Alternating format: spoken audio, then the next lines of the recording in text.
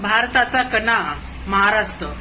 महाराष्ट्रात अंधश्रद्धा निर्मूलन कायदा लागू करण्यात आला आणि त्याचबरोबर इथे अंधश्रद्धावर काम करणारे लोक आजही दिसतात आणि याच अंधश्रद्धामध्ये दाभोलकर सारख्या एका व्यक्तीचा जीव गेला जातो, म्हणजे मारण्यात आलेलं.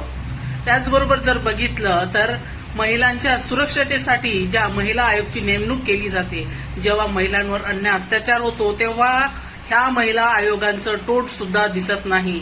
पण भोंदू साधूच्या डोक्यावर छत्री पकडण्यासाठी ही व्यक्ती तयार असते, रुपाली चाकणकर. त्याचबरोबर त्यांचे पाय धुण्यास ही व्यक्ती तयार असते. तर विचार करण्याची गरज आहे की खरोखर महाराष्ट्रामध्ये अशा दुर्दैवी राजकारण्याची किंवा अशा पदावर विराजमान असलेल्या लोकांची गरज आहे का?